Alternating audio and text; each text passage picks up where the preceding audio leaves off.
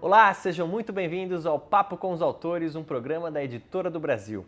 Nessa temporada, por conta da pandemia por Covid-19, nosso papo vai ser online. Eu sou Fábio Lacerda e nossa conversa hoje é com o autor Fernando Barnabé. Fernando é professor e formador de professores, mestre em educação pela USP, licenciado em matemática também pela USP, com experiência em todos os níveis de educação básica, além do ensino superior. Foi um dos especialistas do time de autores da Associação Nova Escola na área de matemática e trabalha com autoria de cursos e materiais didáticos. O nosso tema de hoje é a matemática do ensino médio para além dos conteúdos. Seja muito bem-vindo, professor Fernando. Obrigado, Fábio. Muito obrigado pela oportunidade de estar aqui conversando com vocês, batendo um papo um pouquinho sobre a matemática, para alguns tão temida, mas a gente espera desmistificar tudo isso aí. Eu sou um desses que teme a matemática, viu, professor Fernando? Vamos começar tentando contextualizar para o pessoal em casa a função da matemática na BNCC atualmente, principalmente na área da educação básica. Por favor. Vamos lá. Bom, é importante a gente entender primeiro, Fábio, a matemática ela sofreu, vou falar sofreu porque foi uma modificação bem profunda, mas não é uma questão de sofrimento no sentido de dor, é uma questão de mudança, né?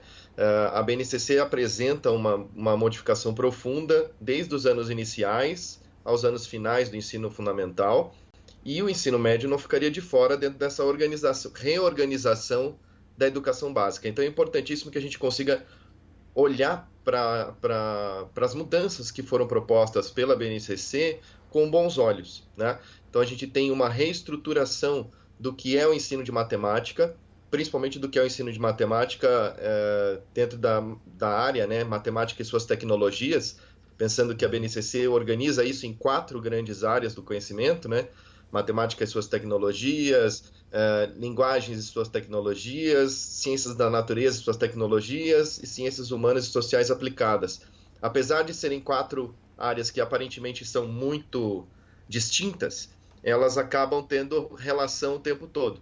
Então é importante que a gente consiga perceber essas relações, né? E entender também que dentro da área de matemática e suas tecnologias, a BNCC vai organizar esse ensino de matemática em 5 competências e cada uma delas com as respectivas habilidades que precisam ser desenvolvidas ao longo do tempo, né? Ao longo dos anos escolares aí do ensino médio. Legal. Esse impacto no novo ensino médio foi muito grande, você considera? Olha, a gente precisa entender que além da BNCC do ensino médio, a gente tem a proposta do novo ensino médio. Então tem mudanças que vão além só do documento da base, né? Só do documento da BNCC. É importante que a gente entenda também que essa organização, essa estruturação proposta pelo novo ensino médio, ela vai falar muito da arquitetura do currículo, ela vai falar muito sobre como que os horários vão estar organizados, né? A carga horária vai estar organizada, quais vão ser as propostas que vão acontecer antes e depois, quais vão ser os itinerários formativos que vão organizar esse ensino. Então, é importante que a gente perceba que o impacto é grande, mas a gente tem bons frutos a serem colhidos a partir daí. Pelo menos é a minha percepção frente a isso, né? Legal. E Fernando, com essas 4 grandes áreas que você comentou, essa comunicação interdisciplinar está acontecendo mais até? Olha, ela fica mais possível, né? Se você pensar que algumas áreas compreendem professores de diferentes, até então chamadas disciplinas, né? Você tinha outras temáticas, por exemplo, você tem como fazer com que o professor de matemática consiga dialogar um pouco mais com o professor de ciências, visando principalmente a construção do que a organização da base vai chamar de projetos integradores, né? Esses projetos integradores, eles ganham muito corpo frente a essa discussão. Então, a relação entre as áreas, ela acaba se consolidando com essa nova proposta. Então, a discussão, às vezes até de coisas que a gente nem imaginava, por exemplo, relação da matemática com ciências em alguns campos específicos, até em situações um pouco mais extremas, como é o caso de estudos gráficos em relação a contaminações e vírus e assim por diante, até você chegar a pontos um pouco mais leves, né, para a humanidade, como é o caso da relação entre a matemática e a arte. Então você consegue buscar outras relações a partir daí. Legal. Tem uma novidade, vou chamar de novidade, proposta pelo novo ensino médio, que são os itinerários formativos. Como é que você vê isso na Olha, matemática? pensando naquilo que a gente falou, de ir além dos conteúdos, ou tentar entender um pouquinho mais da matemática para além dessa estrutura, o contexto que ela vai apresentar, esses itinerários formativos que a gente chama, eles acabam dando voz para essa matemática de um contexto um pouco mais geral, principalmente com relação às aplicações práticas e sociais. Ou seja, eu consigo identificar a presença da matemática em outras áreas. Eu consigo perceber, por exemplo, como que a matemática vai influenciar algumas discussões sociais frente aos estudos de uma determinada região sobre emprego, sobre Claro. condições de saneamento. Eu consigo relacionar conhecimentos matemáticos a outras áreas, dando significado para o aluno. Então, o aluno passa a não ver a matemática naquele âmbito teórico, excessivamente acadêmico que a gente conhece, e passa a perceber essa matemática sendo aplicada em outras relações. Então, os itinerários formativos, eles acabam abrindo esse leque para que a gente possa relacionar a matemática com outras ações. Ou, caso a escola, a organização, a rede pública, ou qualquer organização que queira ou tenha que organizar esse itinerário formativo, queira dar um viés um pouco mais acadêmico, ela pode focar em uma ou outra coisa, isso não tem problema nenhum. Mas a oportunidade que a gente tem de pegar um itinerário formativo e dar significado para que o aluno compreenda o que ele está fazendo é extremamente importante. Eu acho que a gente ganhou um aliado a desmistificar o que você tinha falado ali, Fábio, desse, às vezes, pavor da matemática. A gente tem um termo para isso, que é a matofobia. A gente precisa tomar um pouco de cuidado com isso, né? Poxa, professor, eu acho que eu tenho esse aí que você falou, a matofobia. Sofri muito disso. Pois é, a gente tem que tomar um pouco de cuidado com a perpetuação disso, né? E tem muitos professores de matemática que acabam sendo responsáveis por isso. Então é importante que a gente desconstrua esse processo e consiga mostrar que a matemática está presente em outros lugares, está presente em outros conceitos, né? A gente consegue relacionar esses conceitos matemáticos com outros conceitos. Então a gente tem um campo bem amplo para trabalhar aí com os itinerários. Professor, essas novas ferramentas, esses novos mecanismos são para que o aluno contextualize a matemática fora da escola, né? onde ele possa usar no seu cotidiano. No fundo, a gente só quer que o aluno use a matemática no seu dia a dia. Com certeza, a gente pretende que eles possam aproveitar cada vez mais essa matemática vista no dia a dia. É claro que algumas questões, Fábio, para a gente entender, construir a matemática ou compreender a matemática no âmbito acadêmico é essencial quando a gente pensa no desenvolvimento do aluno que vai para uma área específica, que vai estudar, por exemplo, a área de exatas, engenharia, ou até a própria matemática, física. É importante que a gente perceba que esses conceitos precisam ser trabalhados, precisam ser explorados de maneira um pouco mais intensa, porém a gente precisa perceber que a aplicação desses conceitos faz com que o aluno compreenda de uma outra forma. É claro, não vão ser todos os conceitos que a gente vai sair aplicando loucamente, né? Ah, eu passei aqui na rua e apliquei a fórmula de Bhaskara. Não, você não vai trabalhar com esse tipo de coisa. Você precisa entender que alguns conceitos vão ser aplicados e outros não, né? Entendi. Aplicáveis imediatamente, outros não. Então o aluno precisa entender que às vezes a gente vai trabalhar com conceitos. Eu dei o exemplo da fórmula de Bhaskara, né? Que é uma questão mais algébrica, mas esses conceitos algébricos, principalmente, eles visam essa construção de relações cognitivas por parte do aluno, de tomadas de decisões, de levantamento de hipóteses. Então é importante que a gente consiga favorecer essa aprendizagem do aluno também nesse âmbito, né?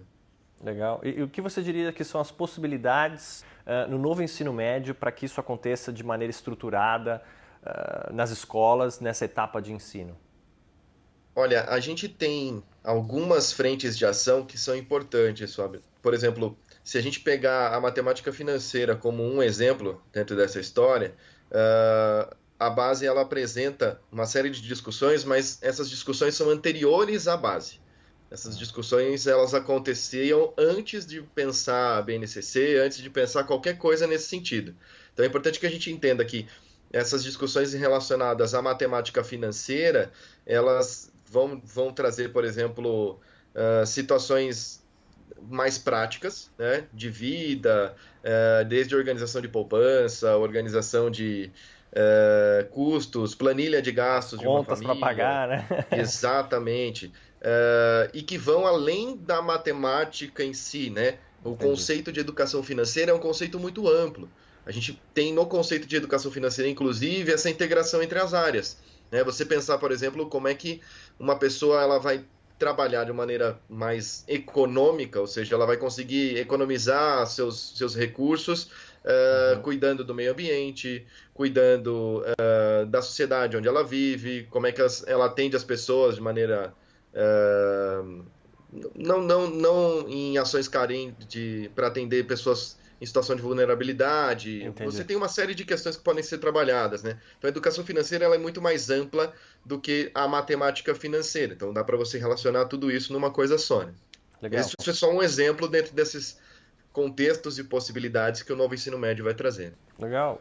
Professor, voltando naqueles projetos integradores que você comentou, isso tem acontecido? Você tem algum exemplo de como isso tem acontecido na prática, na sua sala de aula, na sua escola? Olha, acho que Como é que isso tem favorecido os alunos o também? mais interessante disso tudo, para a gente entender, é você pensar que os projetos integradores eles podem partir de um ponto, de um problema real, né, de um problema da sociedade, ou eles podem analisar problemas que a sociedade de modo geral vive. A gente falou da matemática financeira. Se você olhar hoje, a gente tem um cenário preocupante em relação a bancos de empréstimos, em relação a endividamento de famílias. Então, a matemática financeira hoje resolveria um problema da sociedade. Então, você pode trabalhar a partir daí, você pode trabalhar com esse tipo de problema sendo explorado. Aí você consegue discutir qualquer outra coisa. Legal, Ou legal. não, um problema muito maior. Vamos pensar num problema um pouco mais amplo. Aquecimento global. Tá? É uma coisa muito ampla. E aí você fala Em assim, nossa, mas voga, como é é que muito eu, discutido na como é nossa que eu, na minha sociedade. insignificância, vou trabalhar com o aquecimento do planeta inteiro? Você pode contribuir para que isso não se propague, ou não aumente, né? Então, é importante que você consiga trazer ações pequenas, diárias, que resolvam o problema. Podem não ser tão pequenas assim, né? Por exemplo, a mudança de um telhado de uma casa, por exemplo. Isso é uma mudança Legal, profunda, né? legal. Então, qual é o impacto disso? Qual é o impacto do aproveitamento da água? Qual é o impacto? Aí a gente vai para o âmbito matemático, né? Qual é o impacto da temperatura desse ambiente? Como é que você mexe com isso? Então, o sol, a chuva. Você tem cidades que já trabalham com obrigatoriedade de telhados verdes, por exemplo. Então, você precisa Legal. começar a olhar com outros olhos para tudo isso, né? Você já está há mais de 18 anos, você já tem quase 2 décadas em sala de aula. Como é que você viu essa evolução dos materiais didáticos? Como é que você vê a ajuda dos recursos digitais em sala de aula? Infelizmente, eu sou da geração que não pegou toda essa tecnologia, mas hoje eu acho que a molecada que você está lecionando pode usufruir de tudo isso. Como é que tem sido o impacto na sala de aula? A gente tem que entender também que, apesar deles serem mais novos e terem mais contato com a tecnologia, isso não significa que eles tenham contato com a tecnologia no processo de aprendizagem, né, Fábio? E fica bem Claro. diferente quando a gente começa a olhar principalmente o papel do professor. Então, o professor ainda tem muito a aprender com relação à tecnologia e tem muito a aprender no sentido da aplicação, mas também com relação ao conteúdo em si, né? O professor muitas vezes precisa entender um pouco mais da ferramenta. Depois da mudança da BNCC, nessa história toda, é a primeira vez que a gente tem dentro da grade, né, dentro do currículo, de modo geral, estudos relacionados a unidades de memória computacional. A gente não tinha isso. E é um assunto que está o dia todo, né, na nossa frente, né? Quantos megas de internet você tem? Quanto é a capacidade do seu Legal. computador? Então, tudo isso está todo dia na sua frente e muitas vezes os alunos sabem lidar com isso, mas não conseguem verificar ou identificar a matemática por trás desse processo. Então é importante que a gente consiga, como professor, mostrar que esses recursos eles são importantes, são muitos recursos, cada vez mais, né? Algumas mudanças planetárias acabaram contribuindo para essa história toda, né?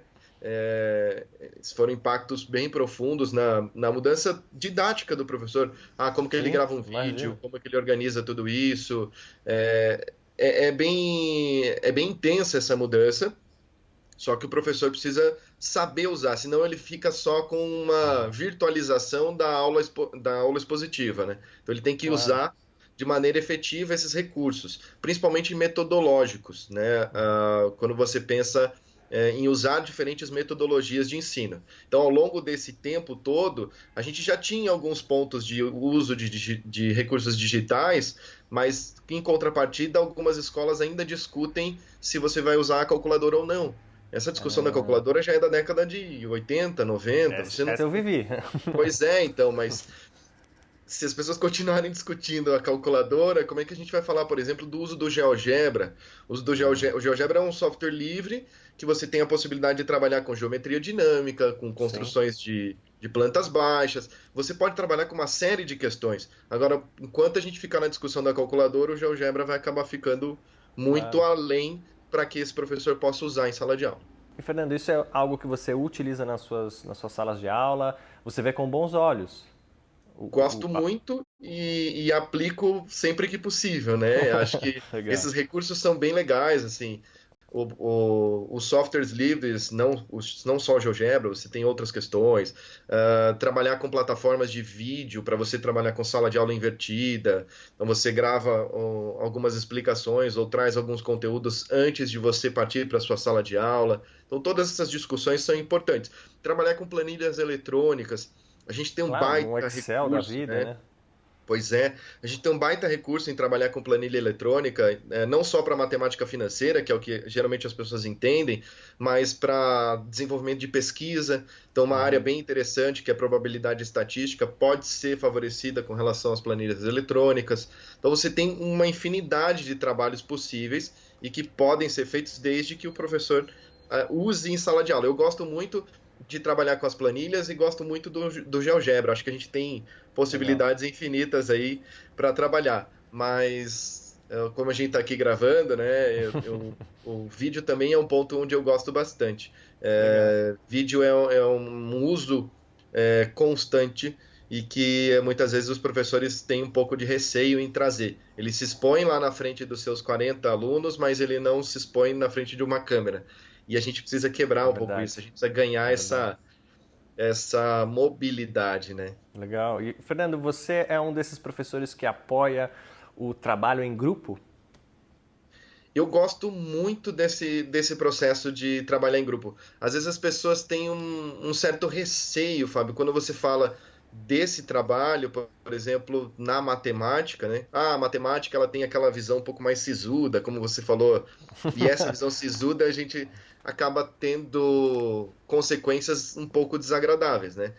Como é o caso de você não querer nem ver a matemática pintada de ouro na sua frente. Esse ponto de você, né, ter o medo da matemática, a fobia de matemática, vem muito dessas, né, vamos dizer, desses recursos metodológicos que foram aplicados ao longo de anos e que o professor muitas vezes nem percebeu que ele estava causando isso, né? Entendi. Então, eu me lembro às vezes de uma situação, toda vez que a gente vai conversar um pouco em sala de aula, eu lembro de uma situação de uma professora que eu fui mostrar para ela um jeito que eu resolvi que era diferente e ela falou para mim assim, se tá diferente do meu aqui no quadro, nem precisa vir me mostrar.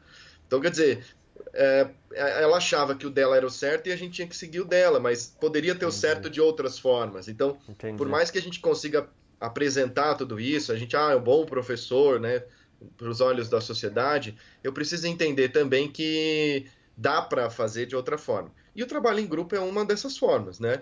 Então, quando você trabalha em grupo, você tem a possibilidade de investigar coletivamente, então você consegue trocar ideias, comparar soluções. Então você resolveu de um jeito, né? Mas eu resolvi de outro. E a gente está lá no mesmo grupo e quer Chegamos no entender mesmo lugar. por caminhos diferentes. Legal. Isso, a gente consegue discutir, a gente consegue olhar para o ponto de vista do outro e falar, puxa, isso aqui, se eu tivesse feito desse jeito que você fez, talvez ficasse um pouco mais fácil para mim. Ou não, Uhum. olha aqui, ó, tá vendo esse jeito que você fez? Isso aqui tem um erro de cálculo no meio, desculpa, no meio do processo. Então é importante que você consiga Legal. fazer isso, né? Que você consiga dar esses passos, né? De socialização. E é claro, argumentar matematicamente, você faz isso muito no trabalho em grupo. Então não é só, é a minha opinião, porque eu acho que é a minha opinião. Não, você precisa mostrar matematicamente por que que aquilo para você é correto. E aí essa discussão ganha corpo e ganha todo mundo, né? A aprendizagem do aluno, o processo de ensino do professor, todo mundo ganha dentro desse processo. Legal. Professor, você entende que é possível utilizar a matemática conversar com outras disciplinas, como a arte, por exemplo? Não só nos itinerários, quanto nos próprios projetos integradores, é possível de se fazer. Você tem a possibilidade de discutir muito isso. A arte é um exemplo muito bacana, porque quando a gente fala de arte, a gente está falando de um leque relativamente amplo, né? Aliás, É uma disciplina. trazer a arte dentro da área de linguagens e suas tecnologias preocupou muitos dos professores de arte em diferentes áreas da arte, né? Então, no caso da música, da dança, das artes plásticas, das artes cênicas, a arte é um campo muito amplo. E você tem relações da matemática com esses diferentes campos. Por exemplo, você tem. Vamos pensar em alguém que possa ajudar nesse processo, a entender esse processo. No Renascimento, quando você trabalhava com pinturas na época do Renascimento, você tinha construções pautadas, né, com princípios matemáticos. Por mais que você olhe para a pintura e você não veja naquele primeiro momento, Tem você tem o matemática traço de ali. perspectiva, você Entendi. tem uma construção, uma pré-construção para Uhum. aquela obra acontecer. Então você tem o traço em relação à perspectiva, você Legal. tem a relação de proporcionalidade. Então tudo isso tem uma relação matemática bem interessante. Vou olhar para um outro viés da arte, é o caso da música. Eu particularmente sou suspeito para falar porque é a minha praia, essa relação entre matemática e música, eu adoro estudar. E dentro desse processo, a música com a matemática ganha, nossa, infinitas formas de discutir. Desde a análise de partituras até você pensar em estudos rítmicos, a você Claro. pensar em relações de fração nessa representação, né, o valor de nota dentro da partitura, a presença da parte da corda que vibra, a parte que não vibra. Então, assim, tem uma infinidade de possibilidades. Só para fechar essa discussão da arte, Fábio, a questão das artes plásticas, né? A gente falou um pouquinho dessa representação, mas se você ampliar um pouco mais esse leque e olhar para o âmbito arquitetônico, você tem uma relação de simetria muito bacana, né? Como é que a gente entende essa relação de simetria dentro de fachadas de edifício, de estrutura de uma residência? Você tem um condomínio onde as residências seguem sempre o mesmo padrão de fachada, a mesma estrutura. A gente tem algumas regiões do Brasil, como é o caso de Curitiba, a gente encontra muito isso, algumas representações um pouco mais relacionadas à cultura europeia que veio muitas vezes, né, trazida dessa galera toda, polonês, ucraniano. A gente tem algumas casas com os lambrequins, que são os beirais decorados. São representações de simetrias de translação. Então, muitas vezes a Sim. gente não tem um olhar matemático para isso que a gente já faz no dia a dia. Então, essa relação com a arte, ela precisa ser mostrada em algum momento. E aí, quando ela é mostrada, você fala, puxa, eu estava mexendo com matemática e nem sabia. Né? Eu, Legal. eu fazia música e música é matemática e eu nem sabia. Né? Professor, a gente está falando de tantas ferramentas, né, para serem utilizadas em sala de aula e te ouvindo agora, eu sei que no fundo você tem que gostar do que você faz, né? Você é um amante da matemática, vê matemática em todos os lugares. Então, se puder passar um pouquinho dessa paixão para os alunos, eu acho que é o que fica também, né? Com certeza. E é uma questão de estudo também, né, Fábio? Se você pensar, que você vai trabalhar com alunos que precisam se interessar por aquilo, se você não engajar os alunos a trabalhar, se você não engajar os alunos a se apaixonar um pouco por aquilo, fica muito difícil, né? Se você entrar em sala de aula pensando que você vai construir conceitos, vai trabalhar com relações de funções e tudo mais, e que eles Decoreba, é, né? e que eles vão simplesmente sair aplicando aqueles conceitos, e eles têm que fazer isso. Muitas vezes é mais fácil eles quererem fazer isso do que você obrigá-los a fazer. E a É partir do verdade. momento que eles querem fazer isso, aí você ganhou a sua turma, aí você ganhou a sua sala de aula e pronto, acabou. Eu tinha uma turma clássica de primeira série do ensino médio, que às vezes eu entrava em sala de aula e falava assim, puxa, professor, hoje a gente não está afim de aula, a gente não quer nada.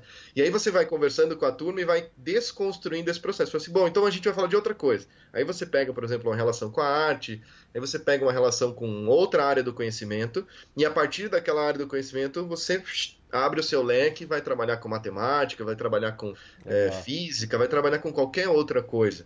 Então você tem a possibilidade de fazer isso. Acho que um ponto bem importante da gente entender é o professor precisa conhecer muito bem a sua turma e ele precisa conhecer muito bem a sua área.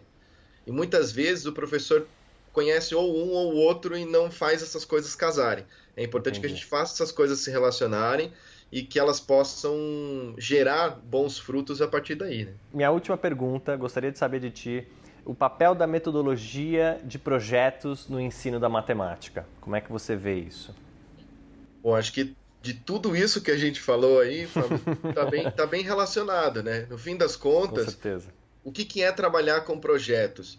É você partir de uma problematização inicial, e aí dessa da problematização inicial você vai trabalhar com o desenvolvimento de outras situações. Vamos pensar em. A gente deu alguns exemplos aqui, né? A gente falou do aquecimento global, problemas financeiros. Vamos pensar em outro âmbito, tá? Vamos Por pensar favor. se você olhar para alguns dados hoje no Brasil, você vai ver que existem muitos imóveis vazios. E eu não vou entrar em discussão aqui com relação à habitação e a pessoas em situação de rua, mesmo porque é uma discussão que vai muito além do que a gente quer trazer. Mas você pode pensar, por exemplo, em reaproveitamento de espaços, né? Então você está pensando num projeto muito maior, numa coisa muito mais ampla, né? Um problema muito maior, um problema muito mais amplo, que pode ser trazido para uma discussão por parte do projeto. Isso assim, ótimo, a gente tem tal espaço que poderia ser ressignificado, ele poderia ganhar uma outra conotação. Como é que eu vou trazer essa discussão a partir daqui?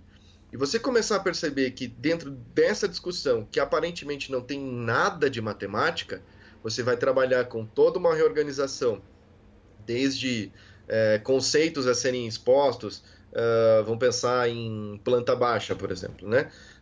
Você fazer a planta baixa de um espaço é você trazer isso em termos de escala, com as relações geométricas presentes ali, Claro. perspectiva.